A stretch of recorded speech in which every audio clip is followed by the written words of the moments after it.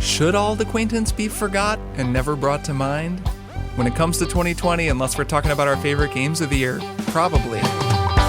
Welcome to Triple Click, where we bring the games to you.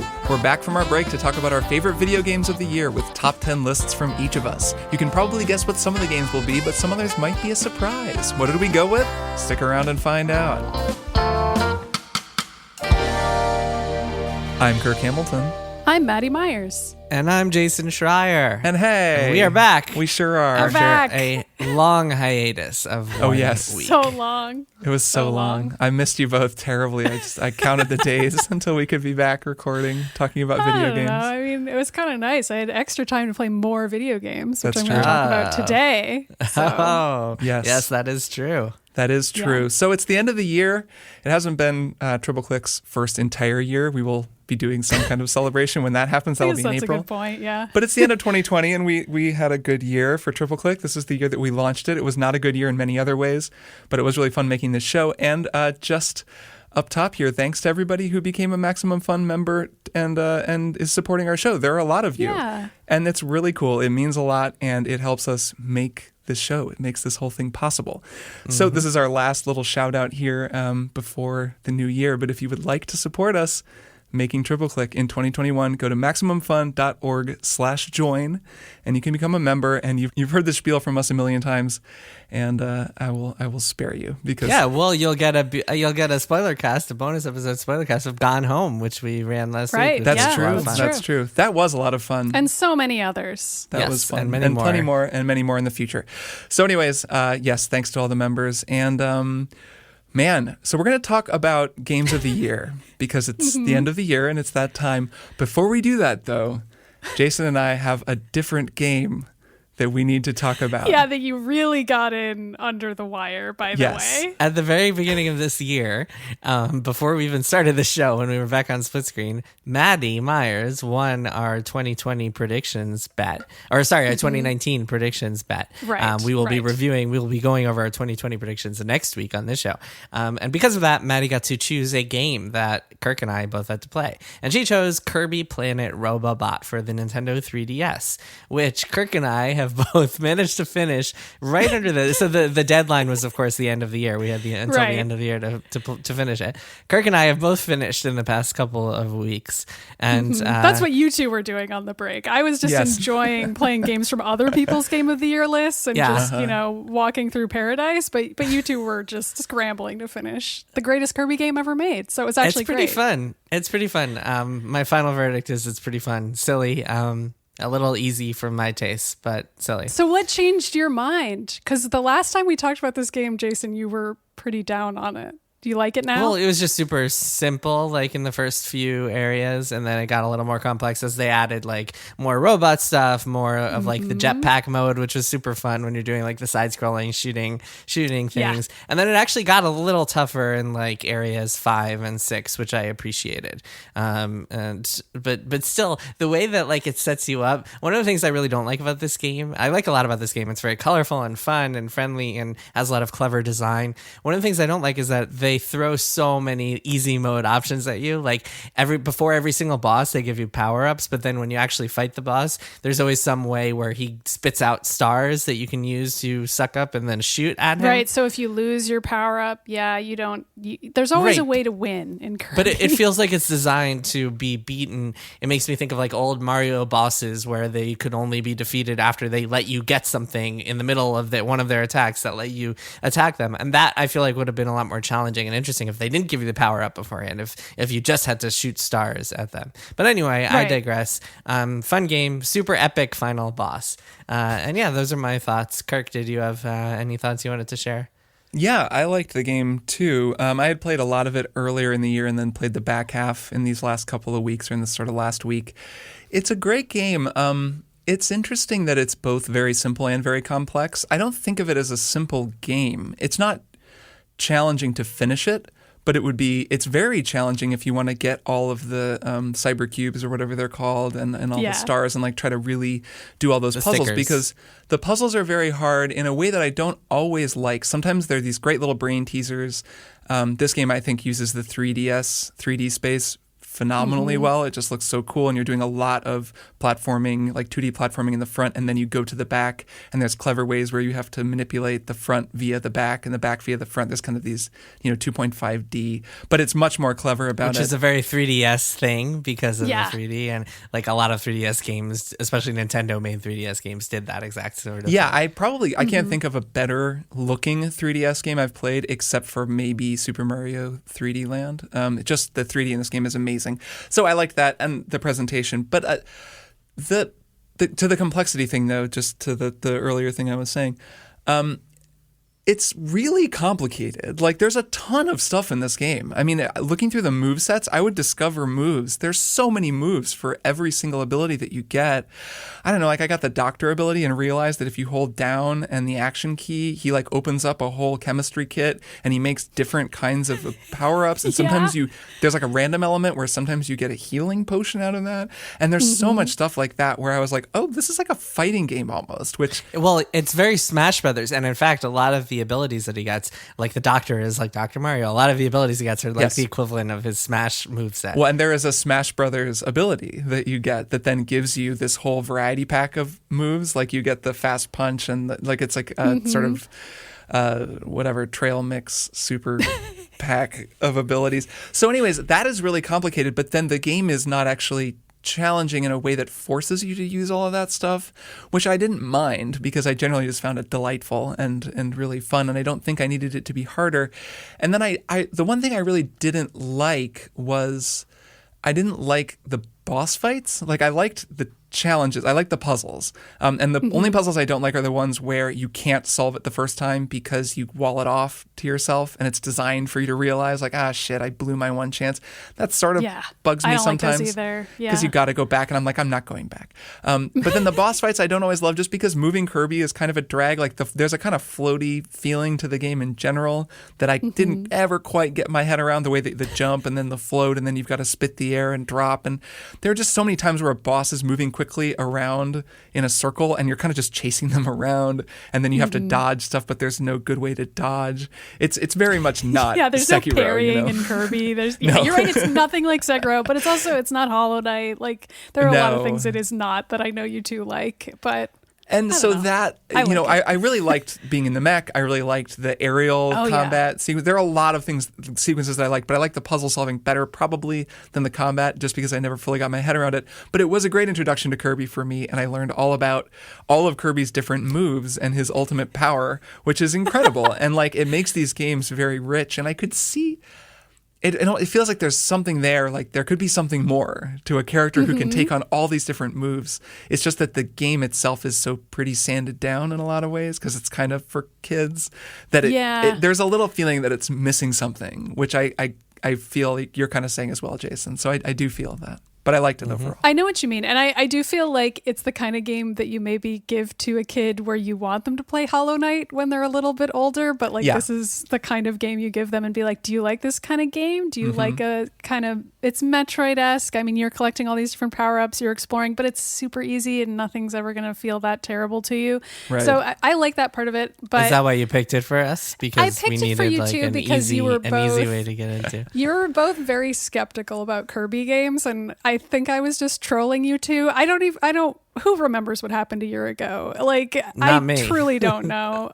But I also really like this one. Jason is very skeptical. I've never really been a Kirby skeptic. Yeah. Well, I've played other Kirby games and never. But you really hadn't, loved them. Kirk. Like you had never yeah. played a Kirby, and Correct. you were just kind of like, I have no beef with Kirby, but I don't know him.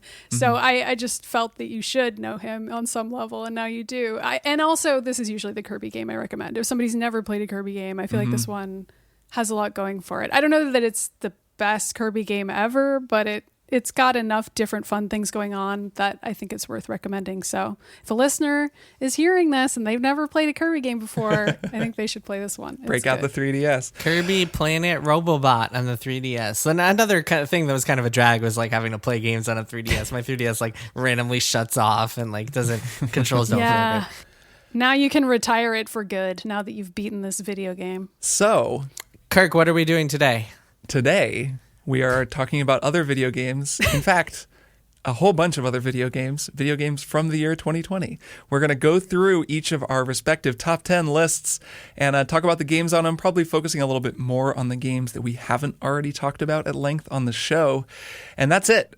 We've got a lot of ground to cover, so let's get to it. Jason, why don't you take us through your top 10 video games of 2020? Sure, yeah. So some of these, like you said, we've talked about a lot on the show, including my first two, which are Hades and Final Fantasy VII Remake, which I believe are the two that all three of us share on our list, but we'll get to your two I think you're right. in a bit. But yeah, those are two games we talked about Final Fantasy VII Remake a lot when the show first started, and that is just a fantastic reimagining of a classic game, and really by the end makes you question what it means to be a remake and what a remake should actually offer, and just a fascinating, amazing experience that I enjoyed. I looked at my list, and not to start getting on my list about it, but it is kind of the only huge AAA that style console game on my list. And I think a lot about, in particular, Last of Us 2 and Cyberpunk for different reasons, but were sort of disappointments. And I look back at it and I'm like, man, remember when that big glossy AAA game came out and it was just wonderful, and I was just glad I was playing it. Well, I have a couple more on my list, but we'll get to those in a sec. Nice. And Hades, obviously, I think that's pretty much consensus, like the best game of this year to a lot of people, myself included. Just a phenomenal experience that we talked about a lot over the past few months. All right, to get through a few more, my third on my list, this is in no particular order, random order. Third on my list is Call of the Sea, an indie game, a mystery narrative exploration puzzle game that I talked about on One More Thing last episode. So go listen to me talk about that on 2 weeks ago. Not last week's episode, but the episode 2 weeks ago. Can I say I've played more of this game? I do really like it. I've been playing it with Emily. It's great, right? Yeah, we've been playing on the couch where we kind of solve the puzzles together. Nice. Yeah, the writing isn't totally doing it for me. Like, there's a lot of very obvious exposition, and it's a little clumsy, the script. So there are just kind of times where it's like, okay, like there's just so much of. Oh, interesting. I found it so charming. Maybe it's because the performances are so good from Sissy Jones and Yuri Lowenthal that like it helps make up for a lot of exposition. Yeah, I'm pretty early, and I haven't gotten. I have a feeling that as things get going, and especially as like Yuri's only just turned up, I'm only a few puzzles farther in than I was. But then, yeah, Sissy Jones is doing a good job of delivering it, and overall, lovely game. So just wanted to add that I like it and have played it more. Fair enough. But yes, it's one of my favorites of the year. Next up, number 4 on my list is Demon's Souls, one of those big AAA games, the PS5 launch title, remake of the 2009 PS3 game. Man, I love this thing. I played it a lot and beat it, beat all the bosses, beat all the regions. Congrats. It's really, really good. It's really, really good. And I think probably the easiest of the Soulsborne games that I've played. So feels like actually a good starting point if you're new to the series. That's really interesting. I've never heard Demon's Souls is easy. It's usually described to me as the harder one, and that Dark Souls is harder. Bing! Kirk from the future here. I meant to say Dark Souls is easier there, and instead I said Dark Souls is harder. And that's just one of those things that you do when you record a podcast. You're editing and you listen back to yourself and you say harder when you meant to say easier, and such is life. Okay, back to the show. Bing! But it would make sense because they added, I think, some quality of life stuff to this remake that maybe it doesn't have those weird sharp edges. Including the ability, so you have like inventory space, and now you can automatically send things to your unlimited stash when you pick them up. So if you pick something up, it's not like you're out of space, you're screwed. You can just send it back to home base. So my question for you is, do you think that maybe one reason you thought it was easier is because you're just better at these games? Yeah, I do. Definitely. No, I definitely do. But here's the thing. Usually in these kinds of games, the bosses are the big choke points for everybody. In Bloodborne, for example, like a lot of people get to Father Gascoigne in the what is it? Is that Gascoigne? Father Gascoigne. No, yeah, that's Gascoigne. Yeah, in the cemetery, and they're like, "Uh-oh, I'm screwed. Like I'm done with this game," or like Vicarum or whatever it is. Often the bosses are the choke points, but in Demon Souls, because the bosses are actually, most of them are like gimmick bosses. There are a few that are tough cookies and ones you need some traditional Souls skills to beat. But most of them, once you figure out what to do, you just do it, and then it's not so hard. So there aren't a lot of bosses that I was just like throwing my head against the wall the way I did with some of the Bloodborne bosses. But yes, definitely. Or like Genichiro or Lady Butterfly, like those Sekiro bosses. Get to those a little bit later in the show. But yes. But yeah, and yeah, it just, I think part of it is that it runs at a like gorgeous 60 frames a second, looks amazing on PS5. And I think having that smooth frame rate really helps with a game like this, as opposed to Bloodborne, where because it's so choppy, like sometimes you might lose and it's not even something you did. It's like the game hiccuping or something like that. And yeah, it has a lot going for it. I love it. Anyway, really good game. Highly recommend. You know what the hardest boss in Demon Souls is? What? Getting a PS5. Right, that's true. At least that's the hardest boss I've run into. You just have to dodge roll on Wario64's Twitter and just keep target locking the Twitter. You got to make sure you have the Wario 64 equipped before you go into the fight. Exactly. All right, number 5, another AAA game, Assassin's Creed Valhalla. This game we've talked about a lot on the show. We did a triple play talking about it, and I think I was definitely the most high on it of the three of us. I was also super high on Odyssey. I just love these games and the way that the series has evolved to be more RPG like, and I really loved Valhalla. I wish it hadn't been so buggy, but it is what it is. Unlike Cyberpunk, this game kind of hooked me enough that I wanted to finish it despite the bugs, whereas Cyberpunk I'm probably going to wait a few months to play some more. But yeah, we've talked about a lot, so go back and listen to old episodes of the show if you want to hear a little bit more about it. But like, can I ask you one thing about Valhalla? Yeah. This is speaking very broadly, the ending is good, right? Like it's got a good ending. Like it's especially if you're like a longtime Assassin's Creed fan, it's very much like one of those endings that is like, oh shit, like moment that like longtime fans, there are a lot of moments throughout the game that I think you did the stuff. Yeah, I've done a few things. I mainly just ask because I didn't finish it and this isn't on my list, but I have a feeling that maybe if I just really powered through it and had the time, if the ending is really cool, I might have been like, this could wind up being a game that I really love, which is fine. It doesn't need to be on my list or not. But actually the problem is that it drags so much towards the end, as I mentioned on our triple play. It's so friggin' long and unnecessarily padded that it actually might make you dislike it more if you kind of like barrel your way through. But yeah, I mean, just give it time. This is a game that I plan to. This is a game that is going to get so much TLC over the next like year or two. I suspect, not to drop any news bombs here, but if I had to make an educated prediction, I would guess that this is one of those games that they like keep supporting over time rather than be like brand new giant Assassin's Creed next year.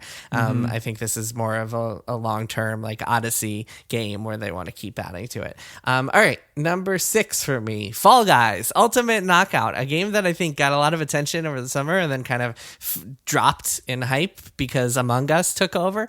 But I still like it. I love Fall Guys. I had so much fun. It's such a fun, like, so Fall Guys, for people who aren't familiar, it's like Fortnite meets Mario Party. It's a battle royale, except you're playing little party social mini games instead of fighting and shooting each other. And it's super fun. Some of the games are really chaotic and luck driven. Others are skill driven. And it's got that feeling. It gives you that like, oh my God, I have to play one more session feeling that the best competitive games give you, but it just feels a lot more accessible and a lot more fun and a lot more joyful than a lot of other, I don't know, battle royale games I played or multiplayer games I played. I just really enjoyed playing this thing. And we haven't talked about it a ton on the show, but I'm still into it. Next up, number 7, Paper Mario: The Origami King, another game that we talked about on the show a little bit, but just to refresh your memories, this is the latest in the Paper Mario series. It has it's like a turn-based RPG with a weird combat system involving rings. It's like every combat is like a puzzle. Can get a little repetitive, but the reason I love this game is the writing and the story and the dialogue, and it just never failed to make me laugh. And there are some surprisingly emotional moments like you wouldn't expect from a game like this. Like it actually will make you really sad at certain points. So you're saying that the dialogue isn't flat. You're saying that the character development is more than paper thin. Oh my God. It's not two-dimensional. All right. I need a new podcast co-host. In Paper Mario the Origami King, you get a lot of companions that then leave your party. I'm ready for Kirk to leave my party and then be replaced with somebody else. Want to be like a folded version of me who just speaks in gibberish? Yeah, and then he'd have to fight you. Right. This game is super funny. Throughout the game, you're like finding toads everywhere, and they always just like make me crack up with all their dialogue. Speaking of funny, number 8 on my list is Bugsnax, another funny game that is also surprisingly emotional, and I love this game so much. This game is it's called Bugsnax because you're on an island full of Bugsnax, which are half bug, half snacks, or really both. They're both bug and snack, 100% bug and 100% snack. Like a spider made out of French fries, or like a crab made out of a baked potato with like claws. And they're ridiculous. I mean, Bunger is, of course, Bunger. Bunger is a legendary member of the podcast. Just for the record, Bunger. Bunger. And you go around trying to trap these Bugsnax in increasingly elaborate ways. It can feel a little bit clunky and like repetitive, and it lacks some things that I wish it had, like fast travel. But it's so good. It's so much fun. I had such an enjoyable, delightful time playing this game on PS5. And the story, again, just like Paper Mario, the story and dialogue and characters are just like surprisingly heartfelt and deep. Has some really good, like unexpected character development. I think a few weeks ago I compared it to Lost, the TV show. Oh, yes. And still think that stands. Just like Lost has a polarizing, ridiculous ending. And yeah. Next on my list, Ori and the Will of the Wisps. This is the latest edition, the latest contender on my list, because I actually just started playing this like a week ago. So I haven't finished it, but already I love it. Just scratches that Metroidvania itch. This is a sequel to Ori and the Blind Forest, which a lot of people enjoyed. I'm enjoying this just as much, if not more. They give you the double jump after like 30 minutes, which really just opens it up and makes it feel super freeing. And then quickly you get the dash in the air. And so you get to a point where you're just like zipping around. It's super airy and light and a lot of fun to play. Plus, they've improved the combat. The developers at Moon Studios have improved the combat on the last game. So you got like weapons, and you have a whole host of different abilities and power-ups and such. And yeah, I'm really, really enjoying it. A beautiful game. Are you playing this game on Switch? Yeah, I'm playing on Switch. I played it a little too on my baby Xbox, and it's very pretty and it looks really great. And I agree with you, Jason. I feel like it's designed for people who beat the first Ori and just want to play the second one immediately afterward without feeling as much friction, because they just go ahead and hand you a bunch of stuff that I feel like it took longer to get in the first game, and it just feels really good right away, which is nice. Metroidvanias do not always do that for you. Yep. Yep.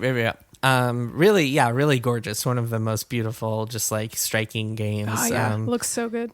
It's one of those games that is like, okay, video games don't need like the highest graphical Red Dead Redemption 2 style fidelity to be like beautiful. They can just look like this and not be as hugely budgeted games. Also, fun fact, Moon Studios, the company behind this game, is entirely remote and always has been. So COVID probably changed their workflows in some ways if parents were stuck home with their kids. But in terms of working from home, they were all doing that anyway.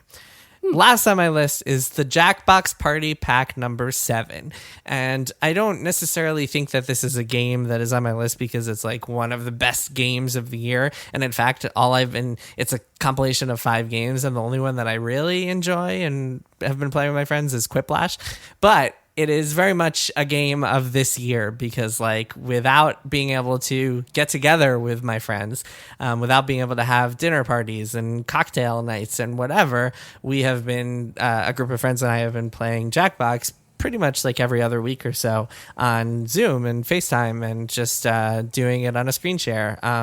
And that has kind of saved my sanity this year. So shout out to Quiplash. And obviously Quiplash is an amazing game. It's a game where the game gives you prompts and you and whoever you're playing against, it's like you're up in pairs, have to send in prompts and everyone votes in. You write your own answers to the prompts and then everyone votes for the funniest or the ones they like most. And it's very fun with a good group of people and has saved my my life this year in a lot of ways. So yes, props to the Jackbox party pack. And that is it. That is my full list. Nice. Well, Maddy, I'm looking at your list here. You've got 10 more games. Why don't we move right along? Maddy, what are your top 10 games of 2020?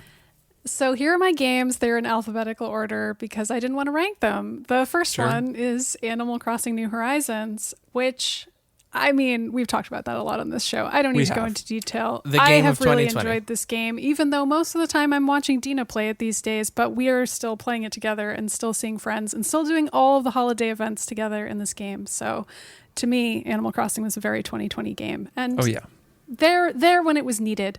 So the next one is Carrion, which Kirk also has on his list. So feel free to jump in if you want to talk about it here. So this is a game. It's also a Metroidvania game. A lot of Metroidvanias this year. Yeah, I guess it is. Yeah. So, but you're playing as basically the Thing from John Carpenter's The Thing, or a very similar monster to that. And you get to wreak havoc in a laboratory underground base, and it's so satisfying. And I feel like this game came out like a little way into COVID-19 at a point where breaking out of a thing and just rattling the bars on the cage felt very good to at least me, and really hit the spot at the time. And it's a cool looking game. It's a cool feeling game, like having the little tentacles stretching out. I never played a game that felt like that in terms of inhabiting a weird monster and a weird being, and it really stuck with me and impressed me a lot. So that's why it is on my list. Yeah, this game kind of made me think of Prototype because it is also a red bio creature game, and there is some cool mobility stuff in Prototype. I didn't play a ton of Prototype. Maybe I played the sequel more, but it kind of has that. But there isn't really another game that has mobility like this game's, where it's like World of Goo in a certain way, because it's like these globules that are all connected, and then these tentacles move, and then the sound effects, it's so about that, like this like horrible sound that the tentacles make, and like squelching noises, and it's really gross, and you're so fast, like this huge thing can just like shoot through a tiny little tube, like you fly around the levels, and it's I loved this game and loved the feel of it. I think I said this when you brought this up the other day, Kirk, but it sounds like you're playing the end monster from Inside, except the entire game. Yeah. It's kind of like that. It has a lot in common with Inside, sort of tonally as well. It's like a very silent, weird game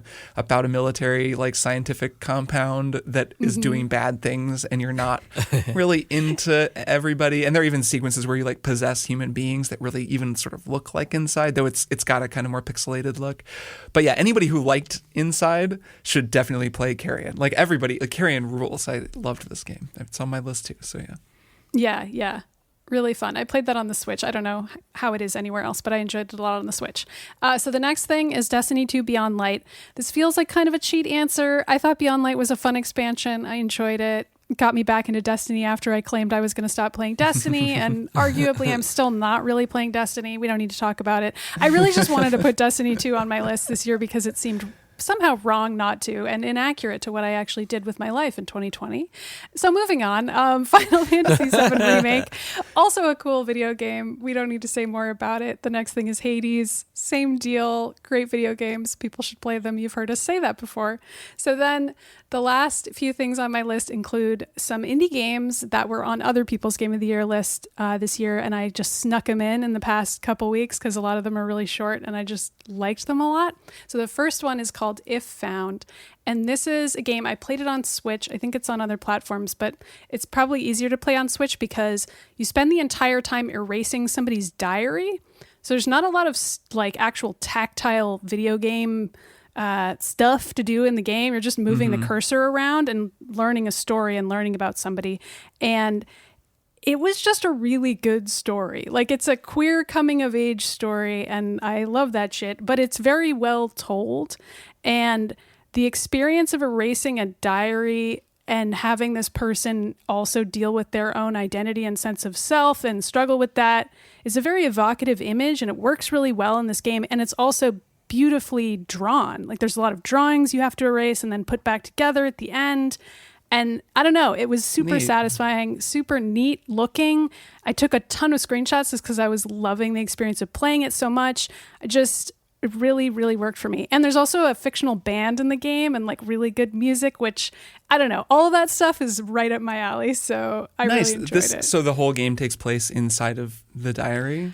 Yeah, basically. There is also a frame story where the game is also about the end of the world, and there's like a sci-fi framing device where there's like intergalactic space explorer elsewhere. So those parts are not in the diary, and they just intersect with the part that's the diary that's like extremely grounded in reality and like our world. And I think it's more just a metaphor about how when you're coming out and your family doesn't accept you, it really does feel like the end of the world to you. So having this like super intense, like goofy sci-fi framing device it's almost tacked on, but by the end of it, I was into it. And I was like, this is a very weird combination of elements, but it super worked for me. So is this a sequel to Gone Home? Yeah, it is. It is. Okay. Sequel to Gone Home. Loved it. Great game. So the next thing is Kentucky Route Zero, which I think I actually talked about on the very first episode of Triple Click. People can go back and listen to that. This is a very weird game that I also played on Switch. And I think I said it was more like a play or a poem than a video game. And I stand by that assessment. It's like a big American novel that just takes a variety of approaches to telling its story. Yeah, and it's supernatural and moody and grim, and it was a very weird game for me to play in 2020, but I did it anyway, and I loved it.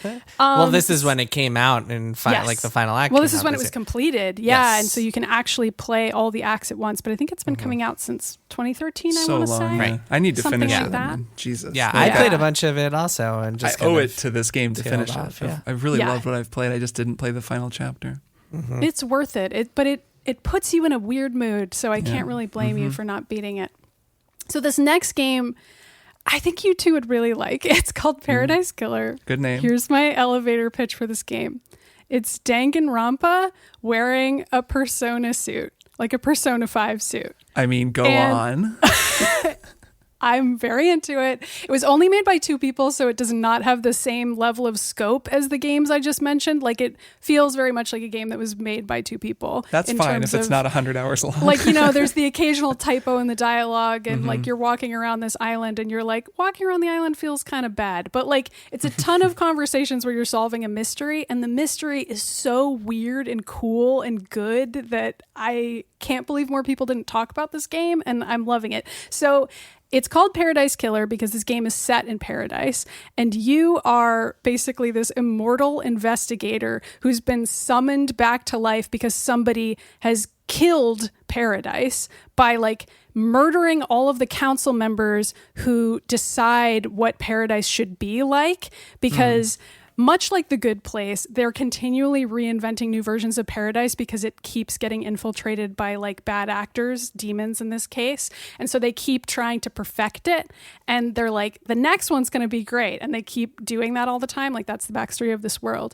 And this next paradise they're going to make, before you can even get to it, all of the people who designed it and voted on it get killed, and you have to solve this murder. But there's like all this stuff you learn about how paradise actually works, which is like it operates on slave labor, and like there are all these people with different motivations as to why they would want to destroy this place. And it's really weird and trippy, and like the game is also hard to play at points because you have to spend a lot of time exploring an island and like collecting crystals, and like that part kind of blows. But the story rules so much that I just want more people to play it, because it's rare that I play a super good mystery. And the other cool thing about the game is that you can go to trial and make your accusations at any time, and you can kind of lose. Jason, are you hearing this? This is like a trial mystery game set on an island. You got to play this game. I started it when it came out, and then just kind of bounced off of it. Did you not dig it? I don't know. It wasn't something about the dialogue, and it felt very it's very weird. You got to get on board with a lot of like mystical proper nouns, which like it felt like it was trying very hard in a way that kind of turned me off. Like, it almost felt like one of those like No More Heroes type of vibes that I never really got into, and that's why I bounced off of it. It does have a very strange tone that I feel like you would either love or hate. I happen to really dig it, but No More Heroes is not necessarily a bad comparison. I haven't played 13 Sentinels yet, but I feel like it has some similar, like there's a lot of characters with strange names. Like you have to keep track of a lot of shit. But so you can go to trial at any time. You can make your accusations and people can get killed and you can be like, I don't know if I settled the trial in the correct way. And then you can like go back in to the island and do a previous save and like do everything again if you want. I don't know. It's a cool, weird game. Maybe I'll play the trial a couple more times and talk about it next week. I don't know. Oh, I'm totally going to check it out. Spider-Man Miles Morales. I beat this video game this week. This one might be a case of recency bias for me. I really enjoyed this game, but the ending was super weird. And I will not spoil it, but some of the antagonist motivations didn't super make sense to me at the end. However, I liked so much of this game that I still put it on this list. But I'm also like, if I had beaten Assassin's Creed Valhalla, would it have beaten this game on the list? Maybe. If I had finished Yakuza Like a Dragon, would it have beaten this game? Maybe. I don't know. But I did really like this game. I thought it fleshed out Miles as a character in a really cool way. Some of the other characters, maybe not so much, but Miles is so freaking charming in this game that I feel like he carries a lot of it. And there's so many great side quests and little moments that I just really enjoyed it. And I think it's worth playing. And then the last thing on my list is Wide Ocean Big Jacket, another weird little indie game. This one is only an hour. So this is a game about 4 people who go on a camping trip together and they just have conversations. And that sounds like the most boring shit in the world. And I was extremely skeptical about this game. And I was like, all my friends who play indie games are telling me this game is brilliant. I can't imagine how it could possibly be good.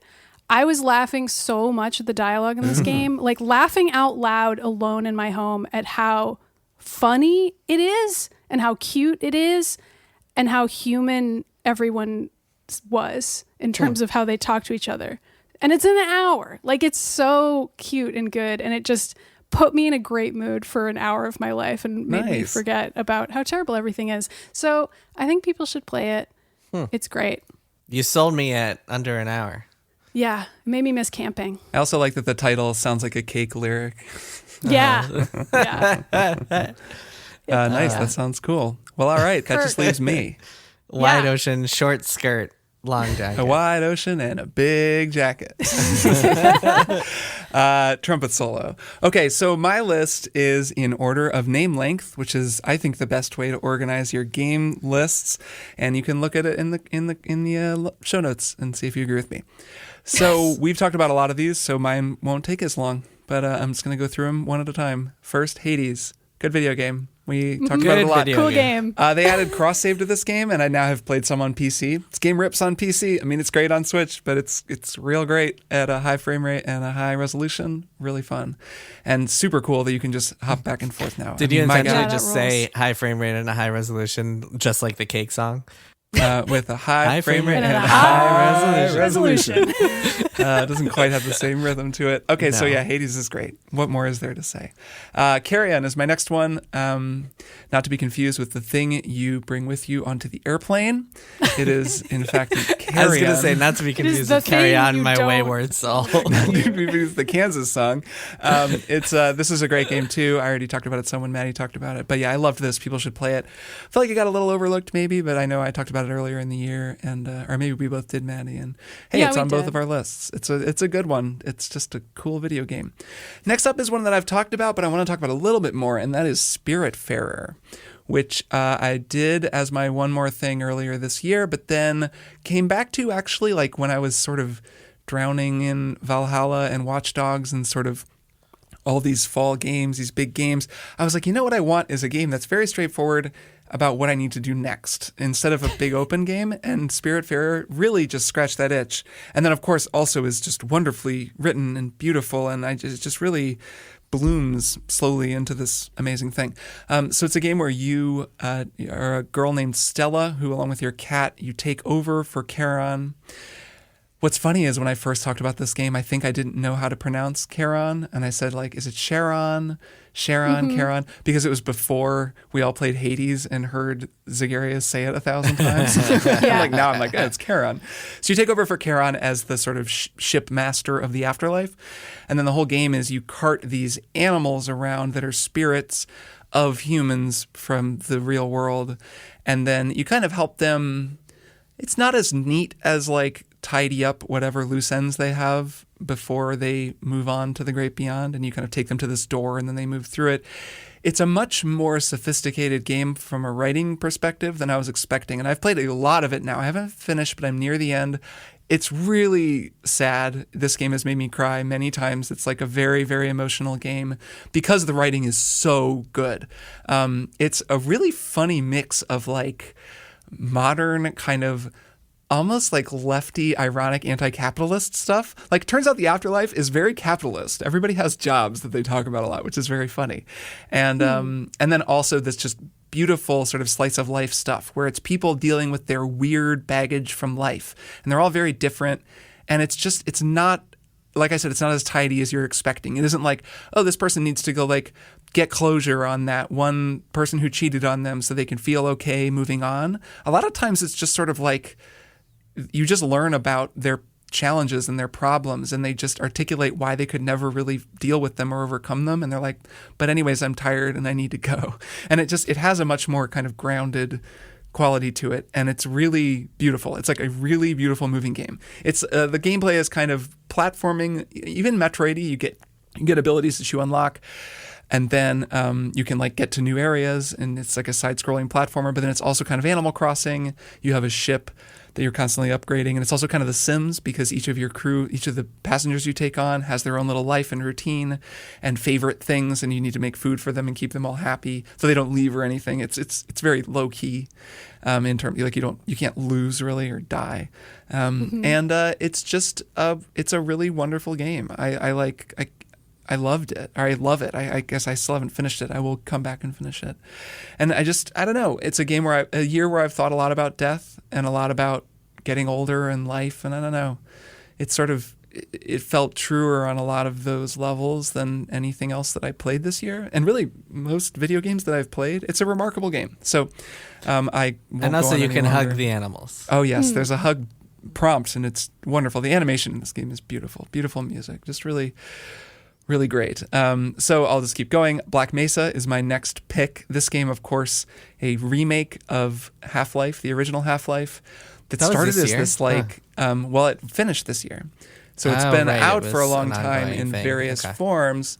And I did talk about this earlier in the year, but it's a sort of fan-created remake of Half-Life that then, over time, got Valve's blessing and then got access to the original tools and then the sound effects, and really like they really kind of, it was like a Valve assisted remake project of Half-Life 1, one of the great first-person shooters of all time. And it's so good. And then they remade the whole Zen section at the end where you go to the alien planet. So it's just completely different than the original game, which was kind of a low point in the original game. And it's so cool now. And everything in the game is amazing. And it just remains this incredible feat of like crowd-sourced game development over such a long period of time. These people who worked so hard, all of them, a lot of them just in their spare time as hobbies, they did this amazing thing. They recreated one of the greatest games ever and made a version of it that I think can stand as the kind of Half-Life experience that anyone can go have if they want to play Half-Life, which they should. So I loved it and think it's great and really admire the people who made it. The next game just happens to be the next longest game title is Half-Life Alyx, which I talked about at length earlier in the year and won't talk about too much more, but it just had to be on my list because it's the most incredible virtual reality experience I have ever had. I think anyone has ever had. It's incredibly cool. It's also great as a Half-Life game. It opens the door to new Half-Life games. It has, well, we'll get into it with my predictions next week, but it really sets up stuff related to Half-Life 2 in ways that I predicted, but wasn't totally expecting, even though I predicted it. And it's so good. I mean, like, it's just on another level. I've been replaying it on the Quest 2 with the higher resolution. I can read all the text on the little objects that you walk around picking up. It's just so great. It's a fantastic game, and anyone who can play it should. And if you can't play it, well, hopefully one day you will be able to. I will play the next Half-Life that is not in VR, and I will be very excited to play it. Yeah, that'll happen. I think that will happen. Yes, I will 100% play it. Yeah. Well, and you got to play Half-Life 2. Maybe I'll win. Maybe you'll play next year. Yeah. Okay, so next one is Desperados 3, which I also talked about quite a bit. This is a real-time stealth strategy tactics game. Unbelievably great game. Love it to death. Played the hell out of it. It's fantastic. I've said as much on the show. It's so good. Super unusual. Such an interesting concept that like isn't really done other than those games like that and their other one. What's it called? Like, Shadow War Tactics. Yeah. And like it's in the earlier Desperados, right? In that kind of lineage. Yeah, so good. Next, Star Wars Squadrons, which I talked about a couple times on the show, so I won't go on at length. It was the VR that put this one over the top for me. It's a really cool Star Wars, flight game, but it's incredible in VR. And just kind of the thing that I think a lot of people with VR headsets wanted to play from the minute they got a VR headset. Like, you want to be in a TIE fighter and flying around a Star Destroyer, and this game does that, and it's very good at it. So I loved it a lot. And then the last three are Final Fantasy VII Remake. Talked about it a lot. Loved it. Cool Ori and the game. Will of the Wisps, which I finished, and Jason, I hope that you finish, and Maddy, I hope that you play through. Incredibly I should finish good. it. Yeah, apparently the ending is really good. Great ending. Really I wild. mean, really great story. The only things I didn't love were there's some set pieces, like boss set pieces that were kind of whatever, but they're amazing looking. Like, the game is amazing looking throughout. It's just the thick of it is the exploring and the platforming and the combat. And yeah, I like this a lot more than the first one, actually. I liked the first one okay, but I didn't finish it. It didn't quite feel right to me, and I still never fully got around it. Got my head around the feel. I think that it's pretty busy. Like, there's so much particle shit going on, and it's really the beautiful. readability is the real problem with the game. Yeah, like, it's hard to tell what is an object you can interact with and what isn't. And there are times it's not that challenging. It's nowhere close to like Hollow Knight or anything, but it gets tough on a few fights. And there were just times where I was like, there are particles flying off these missiles I'm trying to dodge, and Ori glows kind of white, and I was just like, this is just kind of, I wish it were cleaner. And it's my Hollow Knight bias showing, I guess, because that game is so clean, like it's so stark and easy to follow. But I did long for that. But great game. It's on my list. Fantastic game. And then my last game is Animal Crossing New Horizons, which played the hell out of. This was one that Emily and I really bonded over during the early days of the pandemic, but then kept playing. It was also really fun to watch her kind of bloom into this obsessive gamer as she kind of took over the island from me after a while when I moved on to other things, and she kept going. And it's just a great game. I wish I was still playing it. Every time you talk about it, Maddy, it makes me want to go back and see where our island is at and do some of the new stuff. But yeah, I mean, it was an undeniable game of 2020. And I loved it. And then, there are games like Yakuza and, like I said earlier, that I didn't finish, Assassin's Creed, and also Miles Morales, where I'm still trying to. At least that one's not that long, so I have it. Turn it around. It's more that I'm waiting for. I think I might play it on PS5 because now I'm curious. I think it'd be fun to talk about on the show the difference, but I have to get a PS5 first, which might take a while. Okay, let's take a break and we'll be back with one more thing. Hi, it's me, Dave Hill, from before, here to tell you about my brand new show on Maximum Fun, the Dave Hill Good Time Hour, which combines my old Maximum Fun show, Dave Hill's Podcasting Incident, with my old radio show, The Damn Dave Hill Show, into one new futuristic program from the future. If you like delightful conversation with incredible guests, technical difficulties, and actual phone calls from real-life listeners, you've just hit a street called easy. I'm also joined by my incredible co-host, the boy criminal Chris Gersbeck. Say hi, Chris. Hey, Dave. It's really great That's enough, Chris. And New Jersey chicken rancher Des. Say hi, Des. Hey, Dave. The Dave Hill Good Time Hour. Brand new episodes every Friday on Maximum Fun. Plus, the show's not even an hour. It's 90 minutes. Take that, stupid rules. We nailed it.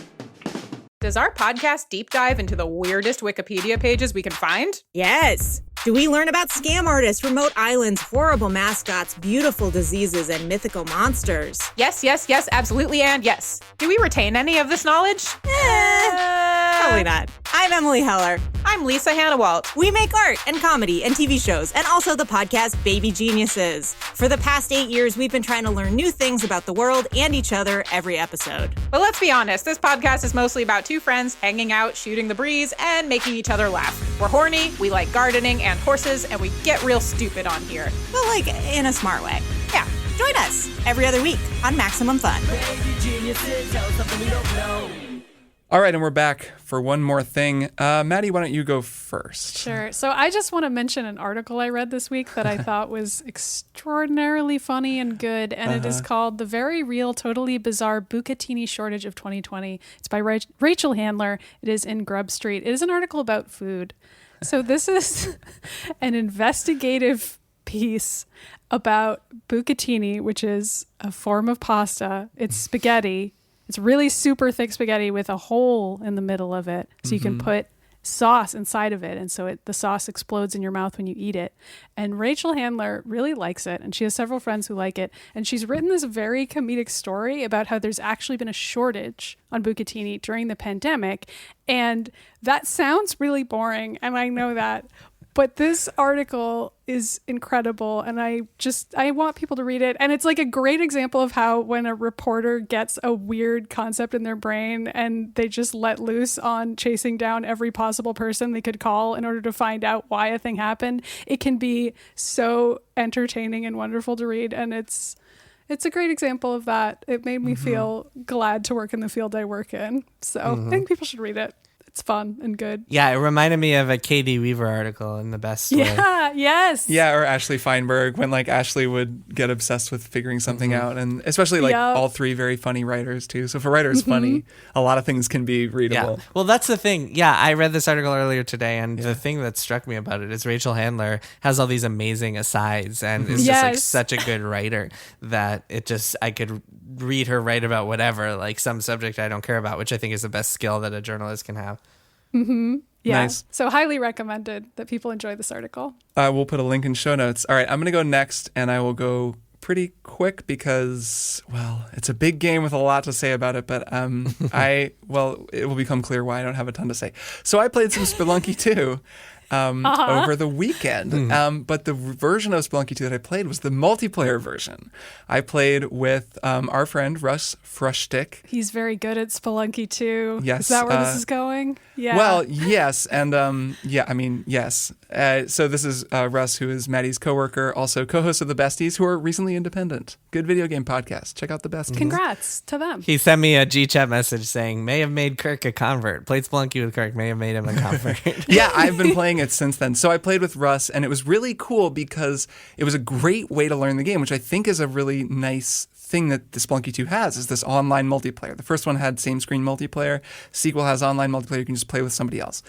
And there are a lot of assists, like if you die, you become a ghost. As long as the other person is still alive, they can revive you down the line, like Left 4 Dead.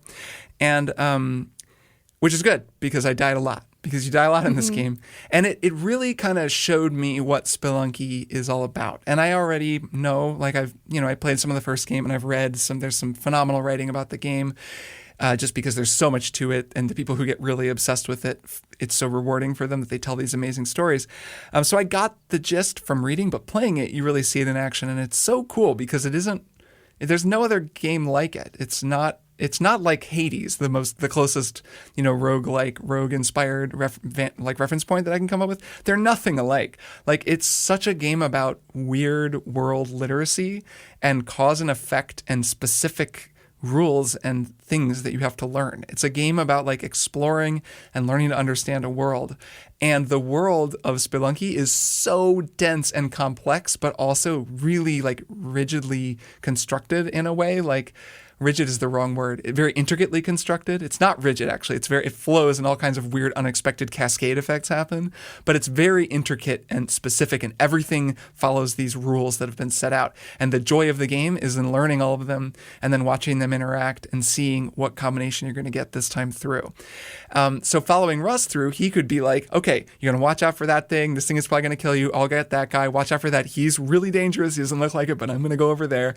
And we did this. We did a couple of runs, and eventually we beat the game. Like, he carried me through to an ending. Like, there are a bunch of different endings, and there are endings he hasn't even gotten that are ludicrous, where you have to you go get the crown, and then the crown lets you get the sword out of the stone, and if you have the sword equipped, you have to drop it and then go, and it's so beyond even like Call of Duty Zombies level of intricate weirdness. But once you learn it all, and I think especially if you have a group of people you're doing this with, you can kind of really crack it open, and you just learn to understand and master everything in the game. And it's so cool. I played some by myself and just died a whole bunch. But even that, once you kind of have had someone just show you, okay, here's all the basics. If we had played for longer, he could have kind of trained me up in the first area, and we could have just gone through it a bunch of times, and he'd be like, okay, well, here's how you deal with this. Watch me do it. And then I could see someone else do it. And he's great at the game. I mean, it is like you have to be good at platformers. It's a skill-based game, but so much of the skill of this game is knowledge. And it was really, really cool. It made me, I'm going to play more on PC, and then it's coming to Switch later next year in 2021. And I'm definitely going to play it on Switch too. I think it would be fun to play in co-op, and it would be fun actually. The three of us could all play together, which would be Wow. a disaster, but also maybe fun. So we should think about that as well. So I'm going to be playing more, but it was very fun, and thanks to Russ for Sherpaing me all the way to the finale, just because I never would have gotten to see it probably if it weren't for him. Jason, what is your one more thing? Cool. So after I beat Demon Souls a few weeks ago, I was getting the urge. I was getting the itch. I was like, oh man, I gotta play more From games, because that's what happens sometimes when you play one of these games. You're just like, I have to play more. So I jumped back into Sekiro, which is a game that I really enjoyed last year, but never really got past Genichiro, which is kind of a choke point. Like I mentioned with Demon Souls, how all these games have choke points, other than Demon Souls. Most of these games have choke points. Genichiro in this game is like the toughest boss, one of the toughest boss in the game. Very much like a skill test. Like if you don't really know how to play Sekiro, then you're not getting past him. Genichiro does not fuck around. That's a choke point to choke other choke points. And so I restarted the game a few weeks ago and started from scratch, jumped into it. Took me a while to get the hang of it because it's a very difficult game and it's a tough game to like really wrap your head around. It takes a lot of time.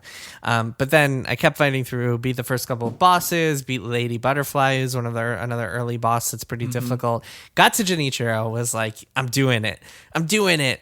And slammed my head against him a dozen times or so. And then I beat him, and I was like, hell yeah, I am a god.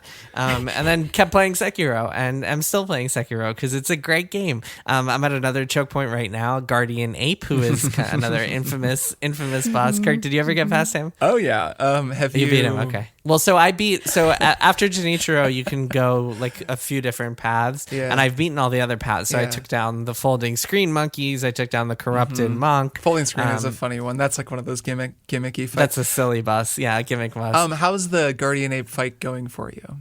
Well, I got to the second part, if that's what you're asking. Okay, that's what I'm asking. That part is like one of the funniest fuck yous in any Souls game, like that second phase. I think I knew it was coming. I think I read it somewhere at some point, or someone had spoiled it for me, so I knew it was coming. But yes, that was annoying. I'm still stuck on that boss, but I know that with enough willpower, I will see my way through. And what's great about these games, like all Souls games, are just like with persistence, you can get yourself good enough at the game to beat it. And I think that's true of anybody. Like maybe not if it's your first video game ever, but if you played a few games, like if you know how to have a controller, you have like the muscle memory that's needed to use a controller. I think anyone can like get good at these games. Like it just takes, especially with Sekiro, it just takes a lot of time and practice and persistence, most importantly. Yeah, I wonder. Sekiro is the one more than maybe any of the others that is very just hard. Yeah, well, the thing, it's a little more twitchy than other games because you need to block more. Especially, I gather, like Owl and the final boss, like some of those, they're like Genichiro style fights where you just have to go and counter, and like you can't make a single mistake.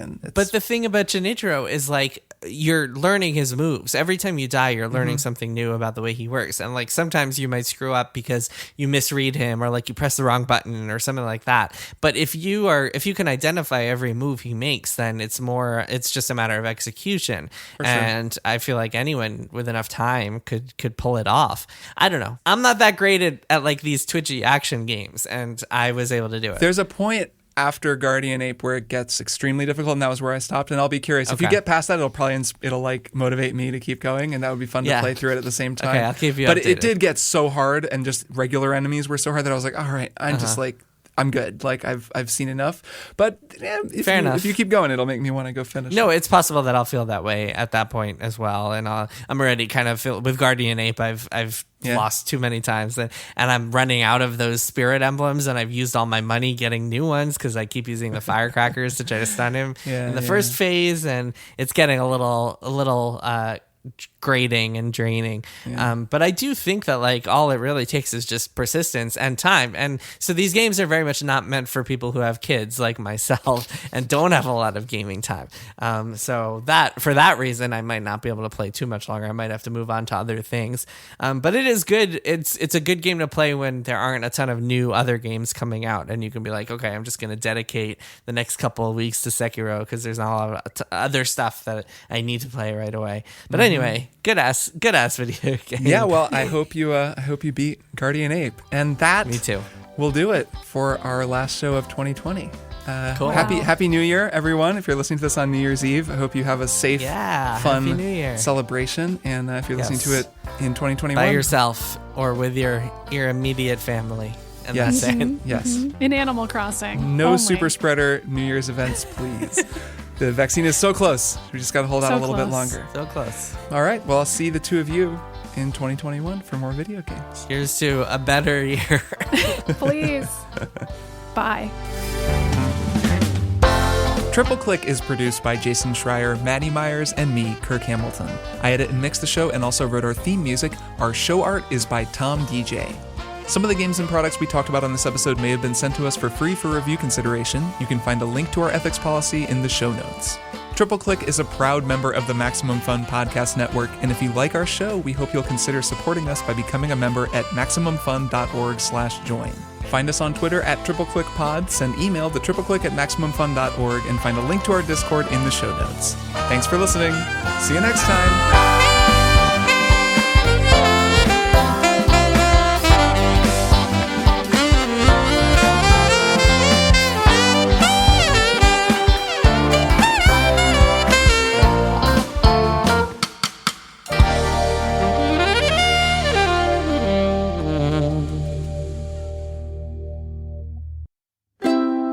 MaximumFun.org. Comedy and culture. Artist owned. Audience supported.